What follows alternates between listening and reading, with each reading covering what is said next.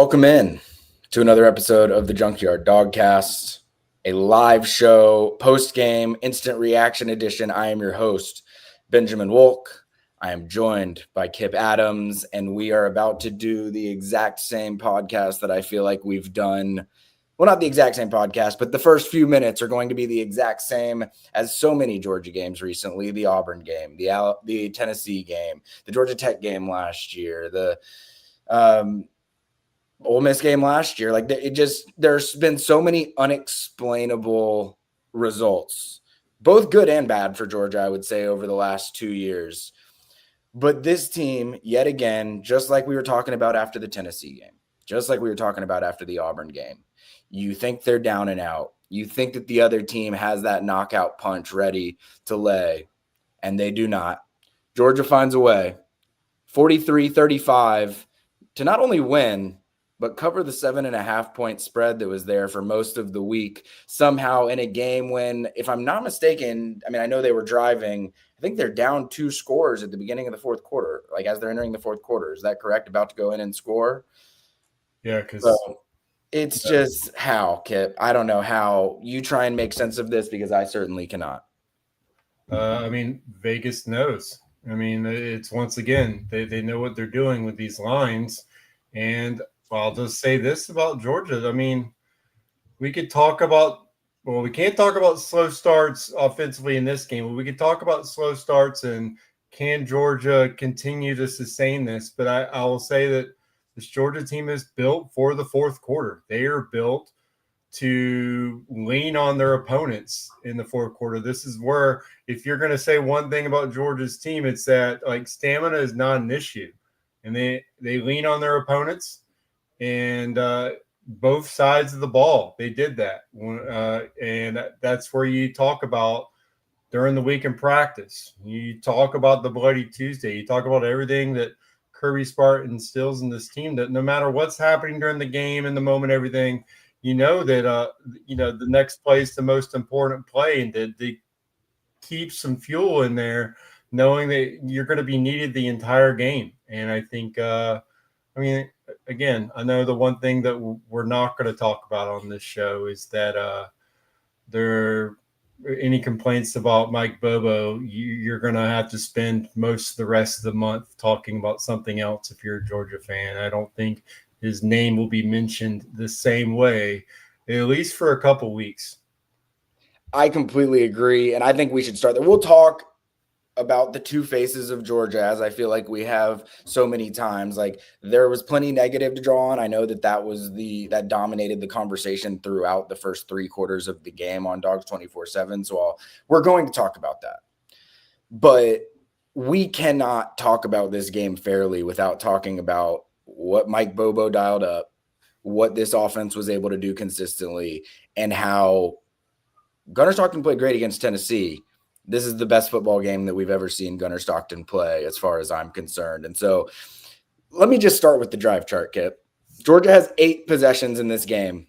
Georgia scores on all 8 possessions. Brett Thorson did not get to participate today. The opening drive and the drive right before halftime, and then I guess the drive right at the end of the fourth quarter, all stalled out for field goals. Every other drive was a 13-play, 75-yard touchdown drive, 8-play, 75-yard touchdown drive, 9-play, 75-yard touchdown drive, 12-play, 75-yard touchdown drive, and 9-play, 67-yard touchdown drive. Even the field goal drive, 7 plays, 42 yards, 8 plays, 75 yards, 10 plays, 66 yards. You look up at the end of this game, and Georgia finishes with 510 yards of offense, 289 passing. And we'll go deeper dive into stats later on, but just giving the picture of what this offense did. 289 passing, 221 rushing, could not be more balanced than that. That's over 6 yards per play. That's over 11 yards per completion, which has to be the best yards per completion stat Gunnar Stockton's had so far in his career. Kipp, you mentioned it already. Mike Bobo is not going to be the topic of angry folks for the next few weeks, you wouldn't think. You would hope that he's bought himself more time than people have been typically giving him. It wasn't just a great offensive performance.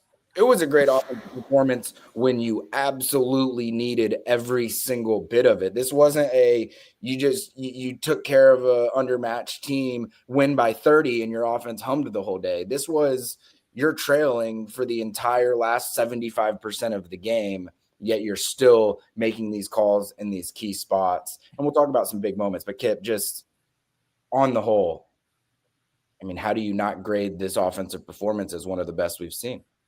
We both found it hilarious at halftime that people were mad at Gunnar Stockton for his play in the first half. I think that kind of says it all on how well Mike Bobo was dialing up plays, that there were points left on the board for Georgia in this game that they scored 43 and did not punt the entire game. He was scheming multiple players open. And the narrative of Georgia this year on both sides has kind of been the coaching staff saying, we are dialing it up. The execution's just not there, which is still on the coaching staff, but the plays have been there. And you saw that in this game where you had guys open. You had Gunnar initially a little timid to pull the thread on some throws. And because the defense was not able to get stops for most of the game, Gunnar Stockton had to take off the training wheels again and just let it rip, and he did. And I think, again, the play calling was outstanding. We knew Georgia was going to be able to have some success in the ground game. We knew that Gunnar's legs would help them out in that regard. And I think the one area in this game, well, two things I want to point out is it's still a banged-up offensive line, a seventh offensive line combination in 7 games. Monroe Freeland gets hurt, gets banged up. And this offensive line was lights out in this game. There was not an issue where, Gunnar was having to run for his life, where running backs weren't, for the most part, having wide open run lanes. He had a couple times where maybe like Freeland wasn't able to get to a guy in space. On third down, they didn't get a push maybe, but that's more just overall, maybe a Ole Miss defensive line being really talented situation. But they played lights out. And then the other aspect, kind of something we've been kind of talking about for maybe a year and a half now, Georgia's got talented tight ends. Welcome back to Georgia's offense, the tight end position. I think it's going to be a good week for Todd Hartley. He's going to go into that film session saying, yeah, these are my guys. When we bring in Ernest Green for the first time, maybe Oscar Delp and Lawson Leckie aren't asked to do as much as blocking. They're able to actually get out there in space and open, and Gunnar Stockton started hitting them. He opened up the middle of the field. It opened up everything for this offense. It opened up the fact that Dylan Bell has the biggest play of his career. It opened up everything. And so I think, again, you see this offense, the potential of this offense is coming to fruition because the different parts came together. And you saw that against an offensive guru in Lane Kiffin, Mike Bobo was still able to call a game and win a shootout when Georgia needed it most. Yeah, credit to Todd Hartley. He somehow fired off how about them MF and Dogs tweet at 7 p.m. and the game ended at like 6:58. So he was ready to let the world know how big of a game the tight ends had. I think you're absolutely right. Right after I go through some of Gunner's stats, because I want to make sure we're glorifying Gunnar after this one the way that we can. But there's a couple other players of the game or moments of the game that I think that we should call out as well in terms of what they did offensively. I mean, Gunnar Stockton, I don't know if you could have asked for a better Gunnar Stockton game. 26 of 31, 289 passing and 4 touchdowns. I'm trying to look now and I'm not pulling it up properly on the stat sheet. Did he throw an incompletion in the second half? I don't know that he did. I'd have to pull up. I know this will be bad podcasting, so I'll leave that to you while I can sort of continue on, because he also rushed 10 times for 61 yards, and he seemed to have an answer, whenever Georgia needed it. I have had my doubts about Gunnar Stockton at times in certain situations. I've wondered, is he the guy? Can you be down 10 in an SEC game, and when you need him making plays in gotta throw it situations, can he be the guy to do it? And absolutely, yeah, he did it. I mean, he did it against Tennessee. He did it against Auburn, and he's now done it against Ole Miss. I think it's fair for everybody. Is Gunnar Stockton going to be perfect? No. Is Gunnar Stockton going to be good enough in seemingly every football game that Georgia plays for Georgia to win? I think that it seems at this point, yes, Gunnar Stockton is going to play well enough to win, for Georgia to win every game. He played well enough for Georgia to win the Alabama game. I think this game and the Tennessee game you can point to and say, not only is he good enough for you to win every game, he is good enough to go and win you games when you need him to go win you games too. Yeah, I completely agree. I have him as 12 of 13. Okay, that makes sense. I want to point out, you and I both had him as the player of the game. You thought that he was going to, he was going to have 50-plus rushing yards to put him over 250 for the game, but you got the rushing yards in there. I thought he would account for 4 touchdowns. We both kind of sold him short in our stat predictions. Yeah. Second best rushing outing of his career. I think he had 73 against Marshall, but pretty safely, in the there for his most yards accounted for in this game, because I believe it comes down to 448, something like that. And the most important part in this game, because it came down to the wire, again, no turnovers. Yep. He's not turning the ball over. You had Gunnar throwing it over 30 times. You had him having to take chances. And the one thing you can say about him is, he may be risk averse to a fault, but Kirby loves him a quarterback that doesn't turn the ball over. And that's definitely what Gunnar Stockton gave him today. And again, I honestly think maybe the play of the game by Gunnar Stockton was that hold at the end. 100%. We throughout the game, there was the snaps, again, were something that Gunnar was having to react to. So credit to him, because he was getting high snaps, slow snaps. On his 22-yard touchdown run, it was a high snap. Yes. And so adjusting to the snaps throughout the game, I don't want to go into the negative this early in the pod, so we'll just say that Gunnar Stockton did a great job adjusting to the different snaps in the game. But that field goal hold, that's one of those where if the ball doesn't come in any differently into his hand, you got a potential botched field goal. And I think, you saw that early in the Duke Georgia Tech game. I mean, the special teams were a mess for them early in that game, but that may have been the play of the game, was just the fact that that put, a completely different situation for Ole Miss if, he doesn't get that snap down. So just an incredible performance from top to bottom from him. Probably puts him in a good situation for one of the better performances in the conference this week. And again, a top 5 game. So that's another feather in Kirby Smart's cap. And then, he gets to say that offensive coaching staff. Those are some guys that have been under the heat a lot throughout the season. The numbers are going to look a little bit better next week in those stat rankings. And I just think that now, Gunnar Stockton is not the perfect quarterback, like you said. His progressions, his reading of the field, still room for, improvement there. But as a first-year starter, I think he is on track. He is exactly who you should have wanted him to be at this point in the year.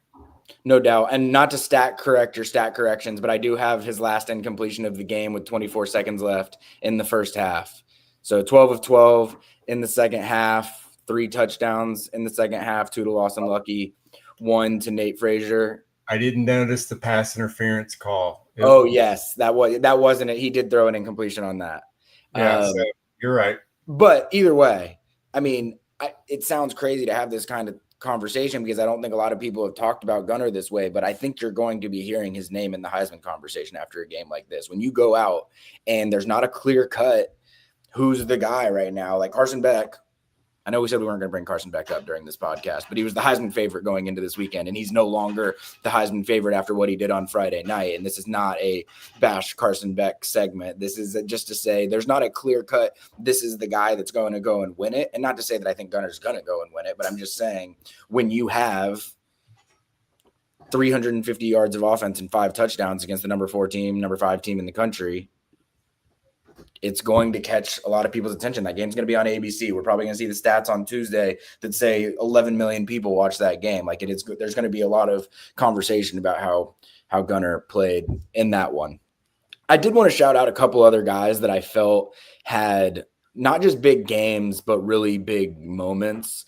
One moment I want to call out that seems so insignificant when we look back at it now, but I think in the moment it saved everything.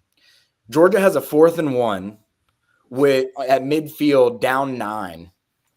And I did not think Josh McCray had any chance of getting that yard based on where contact was made by about 5 different powder blue hats. He ends up having a second effort, which again, when you're 240 pounds, your second effort feels different than other people's second efforts. He ends up picking it up pretty comfortably. It really was not like, was his knee down? Did he actually get it? Like, it was pretty certain he picked that up. I thought that moment, I mean, straight up, that was like Jackson Arnold a week ago. If Josh McCray doesn't get that second effort, I don't think that Georgia finds a way to win this game. Are there any moments like that you can think of, any individual moments that we need to call out beyond what Gunner Stockton was able to do? Oh, my goodness. I'm still thinking about how low man wins on that, and how I know someone very close to me who's also a 240-pound person, and that second effort from him is different than speaking for a friend here. How close are we talking, Kipp? Is he in the room with us right now? Yeah, there's a 240-pound person in the room with us right now, but I'm not going to call him out. I'll just say that he would not have got the first down in that play call, and it was it was incredible. Gravity works differently at different ages, but I think that was an incredible moment. I think just the fact that Lawson Lucky, I got to call it Lawson Lucky. Yeah. 3 touchdowns. He's the first Georgia player since Muhammad Massaquoi to have 3 touchdown passes in a game, or receptions in a game. Again, it paid off for him. And it's like, you can't tell me a moment where the ball's been thrown to Lawson Lucky and anyone's talking about, oh, he should have made that catch. I mean, the only thing you will hear from both him and Oscar Delp is the great, correction to the ball. Like, you just get it anywhere near them, and the catch radius is off the charts. And I think that, Lawson, doesn't get talked about is the fact that, when a quarterback calls his name, he has come through every single time. And again, we'll go back to the fact that they don't get him the ball enough, but it doesn't matter. I think that helped in this situation because the DBs weren't watching him early enough in the game, and they made them pay. And I think the other thing is, you don't even need to give him any space whatsoever. Zachariah Branch just takes it and just gets chunks of yards with in traffic with just multiple defenders around them. And it's like they had it when they had Isaiah McKenzie a little bit, but he's getting the ball. He's just getting upfield and making big plays. He's a dynamic playmaker. And the fact that we've gone this far into the pod and talking about the fact that Georgia's leading receiver in this game went out for the game on the flea flicker in Colby Young at the very beginning of the game, and still Georgia scores 43 points. When he went down, it's like, oh gosh, that's a huge chunk of Georgia's passing game just went down. And yet, again, they were able to, maybe that's, why those plays, that section of the playbook that has the tight ends got dusted off, the cobwebs were knocked off that. They turned over to the page 6 in Bobo's playbook, and he dialed it up. But you got to give him credit for that. That was when they needed it most, big time performance. And again, I think we didn't know how this game would unfold because the only thing we kind of knew going in was that Ole Miss is probably going to have some success on offense, and they did. But again, Georgia covered. Again, it's just a game of 4 quarters, I guess. Sometimes 5, sometimes 8 with Georgia. Mm-hmm. But I think the later in the game you get, it just leans more into Georgia's favor, and that's a culture win. No doubt. I will shout out Nate Frazier just because I know there were so many questions about him after the fumble against Alabama. I thought he's been sensational since he's been back. He had some really good vision runs, I felt, in this game that got some key extra yardage. I thought him and Chauncey Bowens both did a good job of getting positive yardage after contact and making sure that you were constantly getting that extra 1-2 yards. I know Nate's going to be kicking himself for the one that they ended up settling for the field goal. The Ole Miss, honestly, I think the Ole Miss just made a good play on that. I thought they ran almost the exact same play they ran on the first play of overtime against Tennessee. Same blocking scheme, same direction, everything. I thought it was there. I thought Nate was going to bust one. Guy makes a good play. But I thought that him, Chauncey Bowens, both, were solid, consistent. I mean, they combined 27 carries for 133 yards. So that's what you want, especially when your quarterback's rushing for 60 as well. Dylan Bell has the catch down the sideline. I guess that was on the field goal drive to make it an 8-point game. I thought it was pass interference. What's the face? We got breaking news. Kirby just said that it's a leg fracture for Colby Young. Okay. So he's going to be out for a while. That's a tough one right there. Okay. Yeah. I mean, I didn't think it was good. I was thinking high ankle sprain. I don't even know what's worse. Probably high ankle sprain would be better. You'd have a better chance of getting back. I don't know. Yeah, he's going to be out for a while. He's going to be out for a while. That's bad news. But we've spent so much time talking about this offense and how it was good news. And like Kipp brought up, Georgia scored 43 points after Colby Young got injured. So, I guess at this point with Colby, you got to hope that he's able to get back for postseason play if you play well enough. I don't even know if that would be – I don't even know the timeline if it would even be possible, to be honest with you. Jordan will possibly be up here as well later on, so he can maybe give us a little bit more insight on that and anything else that Kirby Smart said while he was down there. All right, we're going to take a quick break. When we come back, we have to talk about the defense. I know that Georgia won by 8. I know that Georgia covered. I know it was a top 5 win.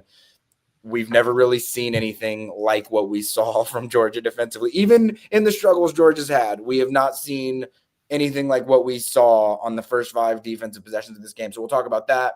We'll talk about what this means moving forward. We'll look at some scores around the country as well, and hopefully Jordan will be able to join us as well.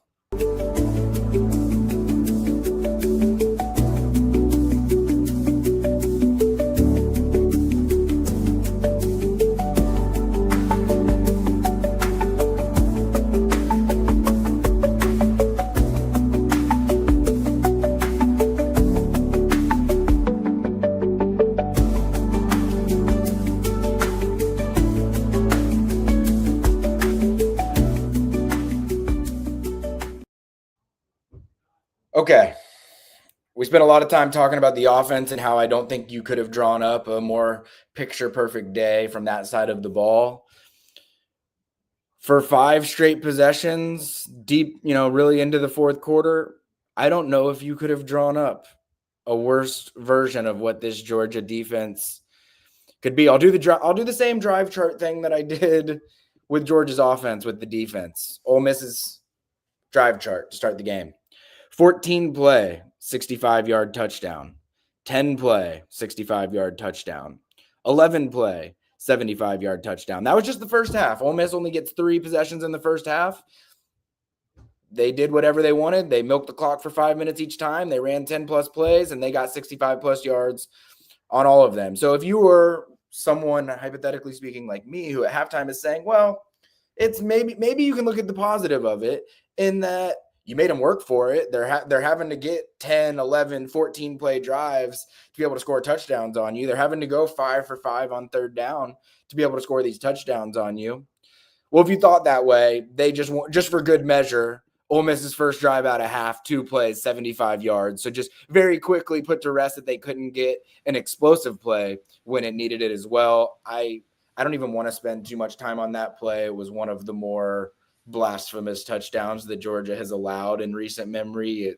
It felt like Lane Kiffin's on the sideline, patting his head, looking at Trinidad Chambliss, clearly sees something that Glenn Schumann and Kirby Smart did not see.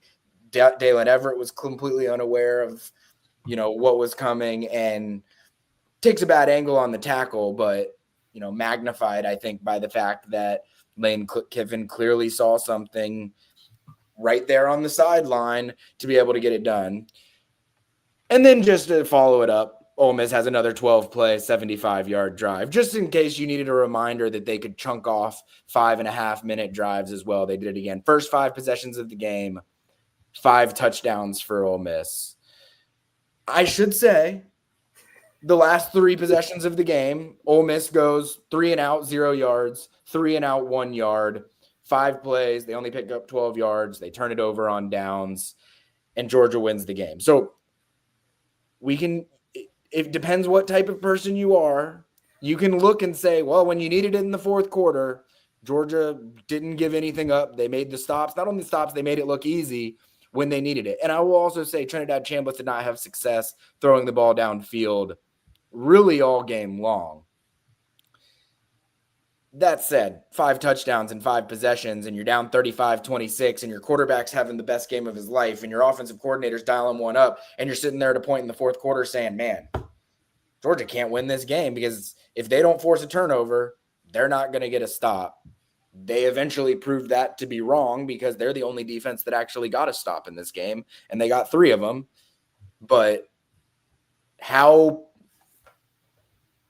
panicked should we be about this defense, Kip? Well, again, there is the this is who they are aspect in that Georgia did not have a tackle for loss in this football game. So, again, that aspect, we've seen enough to know that is not going to be a strength of this football team. But at the end of the day, Ole Miss had 351 yards in this football game. In the fourth quarter of this football game, they had 11 plays for 13 yards. That's like 1.18 yards per play based on the math that I have. The fourth quarter of this football game is the most complete quarter Georgia's played this season. That is a text that I have to give credit to my son for sending to me immediately after the game. I can't argue with him at this point. I think you outscore Ole Miss 17-0 and you dominate defensively. There's no argument there that you're probably not going to find a better quarter going back through the numbers. The fact that, again, Georgia had 143 yards in that quarter. And as you said, Gunner was on fire. He put on his Batman cape and after being Superman a week before and is the superhero when this team needs him to be. But I think defensively, it's kind of still puzzling because you see the soft coverage that Georgia's putting out there, and you still wonder, like, Lane's taking that all day. It feels like you're giving them 4 to 5 yards a down, and in the first quarter, that's exactly what.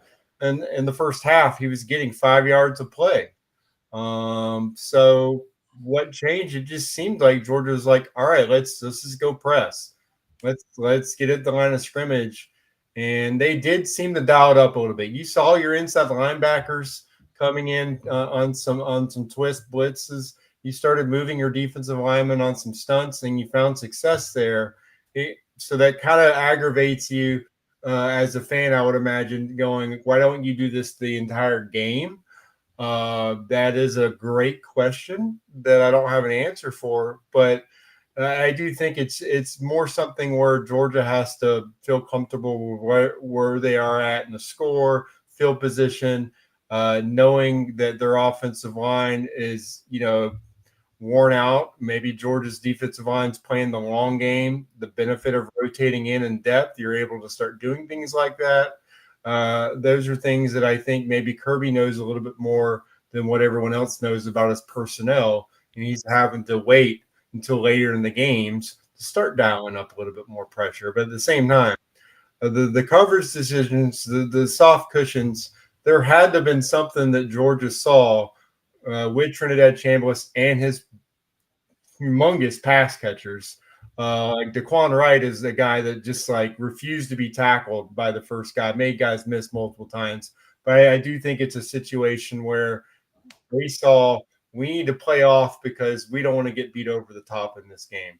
You gave up 35 points because of that, maybe a little bit, but I still think it's a situation where they took the lesser of two evils and decided we're keeping these guys in front of us until late in the game, and then we're playing tight. And like you said, you got stops when you needed to, but you don't want to give up 35 points in any game and expect to win.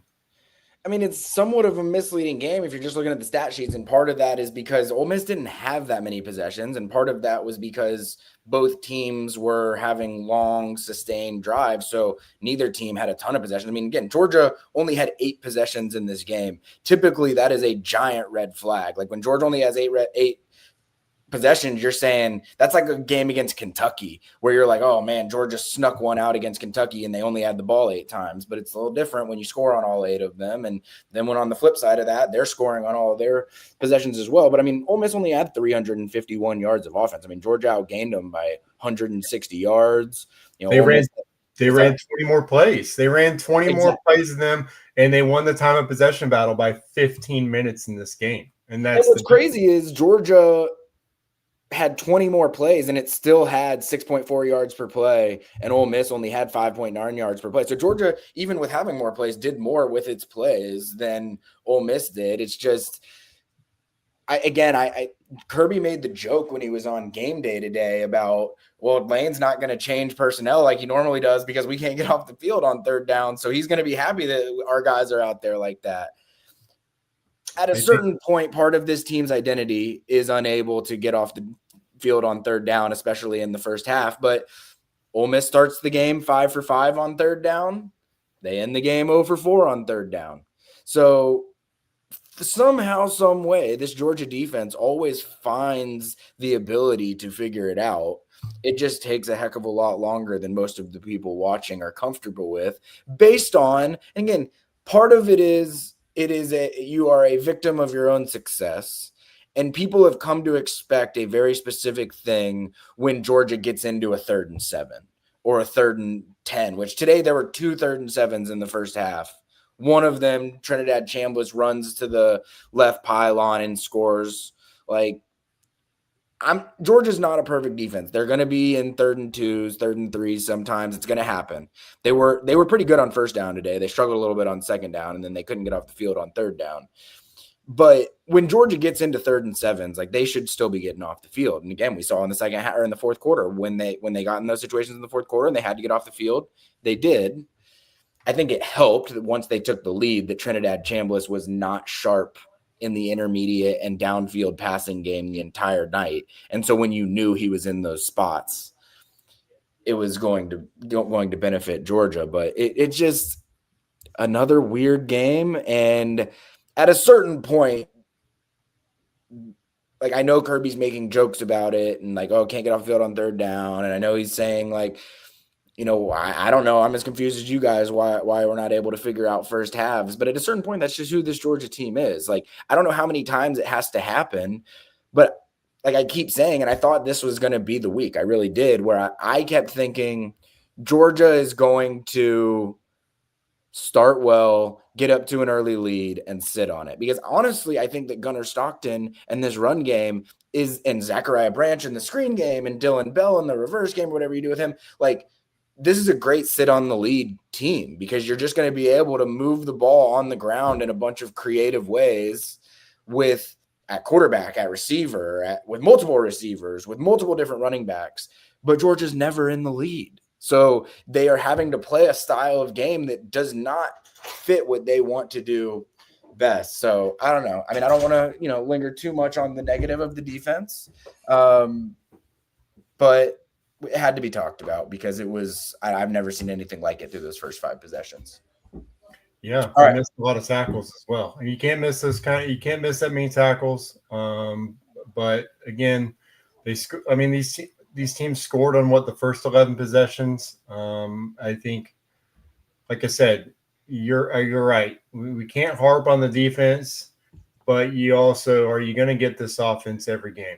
And that's kind of the question. I mean, you're not going to face an Ole Miss defense that just did not. I mean, they didn't provide much resistance at all. So I just think that's a situation where in a game of strengths, Georgia's depth was really the difference in this game when all was said and done.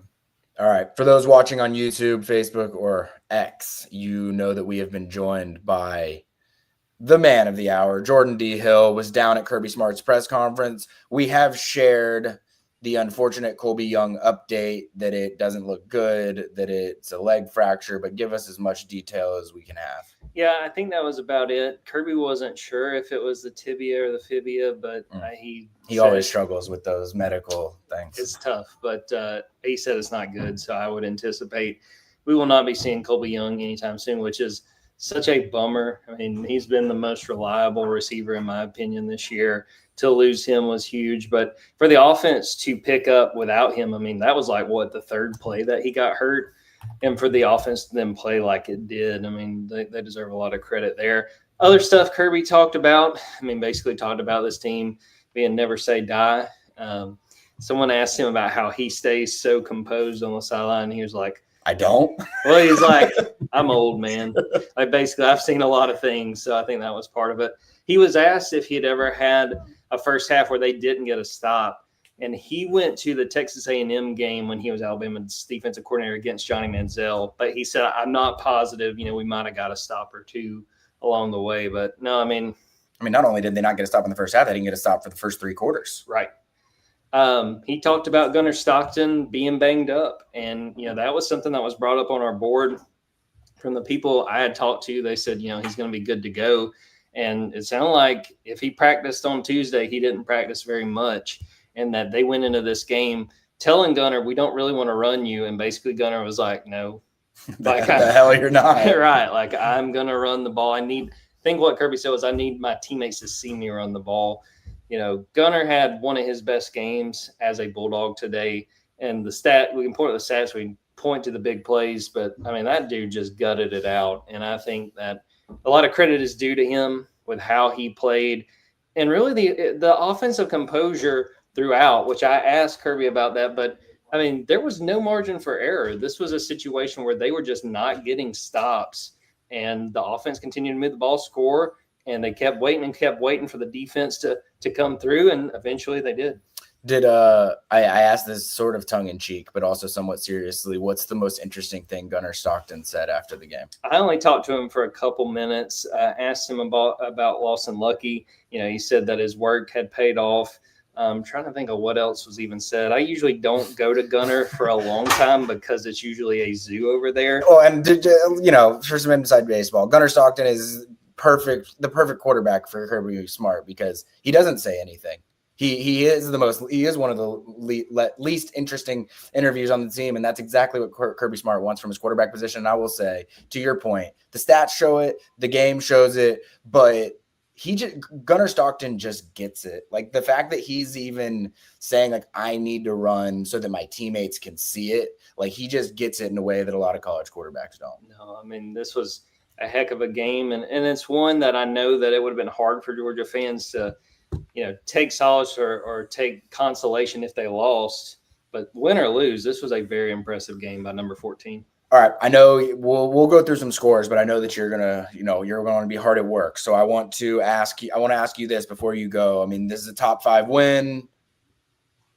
Georgia now is going to the back half of its schedule with only one SEC loss. Like, how much do you think this means for all of Georgia's goals moving forward? Well, I think it's huge from the standpoint of you get a top 5 win at home and then you go into a bye week. And I think this defense really needs to reflect. I think Glenn Schumann, the defensive staff, Kirby Smart as well, need to maybe go back to the drawing board. Something is not working, whether it's personnel, whether it's as simple as play calls and what they're trying to execute on defense. But it's so cliche to say, well, this bye week couldn't come at a better time because we said it, coming in after the Tennessee game because of how that played out.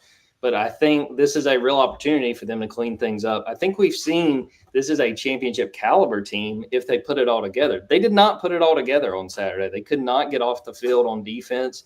The best teams in the SEC are going to beat you if you can't force punts. But again, an opportunity to win this game like they did, dominate the fourth quarter, and then go into a bye week, try to clean things up. It's a real opportunity. The question is whether or not will the Bulldogs take advantage of it.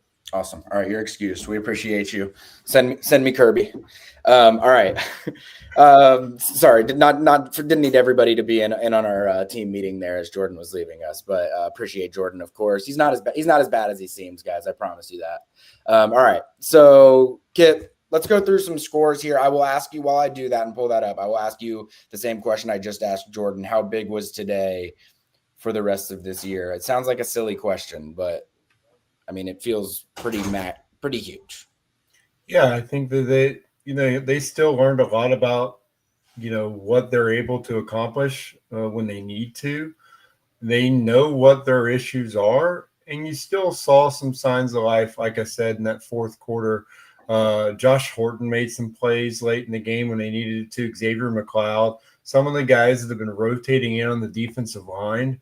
It's the beginning of the football game, and it has been all season long. So you go into the bye week saying, all right, like this blueprint that we have, or we look and see what they're doing scripted, and then we try to adjust to that. It has put us, our margin for error has shrunk tremendously because of that game plan. How do we instead do like the mantra of our program the last couple of years and become the hunter instead of the hunted, and actually put the opposing offenses into pressure situations, make them feel uncomfortable, instead of having Lane Kiffin on the sideline cracking a joke about how he was calling a time, how he was clapping instead of calling a timeout as Kirby's going for the field goal, and then doing a victory fist pump when Kirby chose to kick that field goal. You don't want these first half issues. You don't want to have to continue to ask your team to overcome these. And so this is why you have what Kirby Smart says is the best coaching staff in the country, to go back to the lab and say, all right, we are the best at making adjustments. Let's adjust our first half game plan and approach to how we're playing this season, and prepare for the second half, knowing that, again, teams are going to expect us to do this. It's time to zag when they think we're going to zig.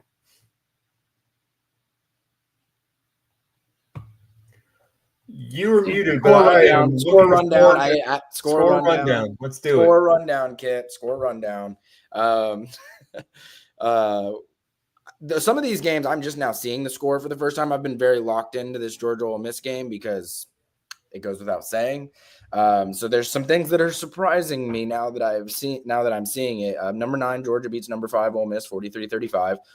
Ohio State continues to be the number 1 team in the country, 34-0 against a Wisconsin team that will be having a coaching change. I think it's fair to say probably at this point. Indiana, 38-13 over Michigan State. The one that surprised me that I had not seen, Arizona State at home, 26-22, upsets number 7 Texas Tech, whose defense had been exceptional so far this year. It doesn't seem like they had a bad day. It just seems like Kenny Dillingham's probably going to be a name that becomes very popular for a lot of different schools over the next several weeks. Vanderbilt, as a favorite, covers 2.5 over LSU, 31-24. Things are going to start getting hot for Brian Kelly, fair or not. Kit, 2 things. Arizona State, Texas Tech, did you catch any of it? If not, that's cool. And then Vanderbilt, are they legit? I mean, they absolutely are legit. I was going to say, anyone not paying attention, it's not just like, let's talk about the Diego Pavia story, which he is the perfect quarterback for this program. We've always known that. But they're reaching contender status. I mean, this isn't just about them, doing something for the first time in our lifetime. It's about, this is them going about their business. This is them acting like a big time program. And I think, in this era where we're talking about how teams are chipping away at the top, and there's more, the teams in the 10 to 15 range are a lot closer to 1 to 5 and 20 to 25 for that matter. Well, that's exactly what Vanderbilt's done. They took that gap and shrank it. They used the transfer portal perfectly. And I think this is what this program has a chance to be on an annual basis. I just don't think this is this isn't a flash in the pan anymore. I just think they expect to win SEC football games. And so I don't credit to Clark Lee. I think they need to take a page out of the Indiana playbook, and whatever money they have right now, push all the chips in, get that extension done tonight if you can, because I just think that he's moved up on probably a lot of coaching boards right now. And I do think, again, Vanderbilt's positioned to be discussed as a college football playoff contender at this point in the season. I was going to say that. I mean, Kenny Dillingham's probably making himself a lot of money during this window where things are about to get crazy. Clark Lee's making himself a lot of money during this window. One way or the other, whether you leave or stay, you're making yourself a lot of money during this window. Another guy that I think is making himself a lot of money, Brent Key, number 12 team. They're underdogs on the road against Duke. I think people are wondering, is this like a slip-up spot? Is this a Vegas knows something spot? Georgia Tech, 27-18, makes it look pretty comfortable. Oklahoma 26-7 over South Carolina. I have a feeling things are going to start getting ugly in Columbia. And this is not based on any intel or knowledge, but I know when we were talking about the Virginia Tech opening, Beamer's name came up and I was like, why would he leave? And now I'm kind of in the like, is it the right time to leave? Maybe like get out before you're got out. UAB, head coachless, UAB 31-24 over number 22 Memphis. And then ongoing right now, Texas A&M just took a 38-27 lead over Arkansas. Oregon's up 35-3 on Rutgers. Virginia's trailing Washington State, who gave Ole Miss everything it could handle last week, 14-7 Washington State right now. These are all games that are still ongoing, I should say. Texas, Kentucky 0-0 early. Alabama up 7-0 on Tennessee early. USC up 10-7 on Notre Dame early. South Florida up 7-3 on FAU early, and then Missouri, Auburn too early to say anything. What's your big takeaway from the day around the country? I think, again, early on this week, we thought this is going to be a big chaos week, but it's definitely a separation weekend for a lot of teams. You started to see, okay, who are the main teams to watch? The SEC does seem to be pretty wide open. We are going to probably still get to see Billy Napier in Jacksonville. Will this be the last time Billy Napier coaches in Jacksonville? That I mean, that's probably a strong bet still, simply because he won't get that opportunity for a couple years after that.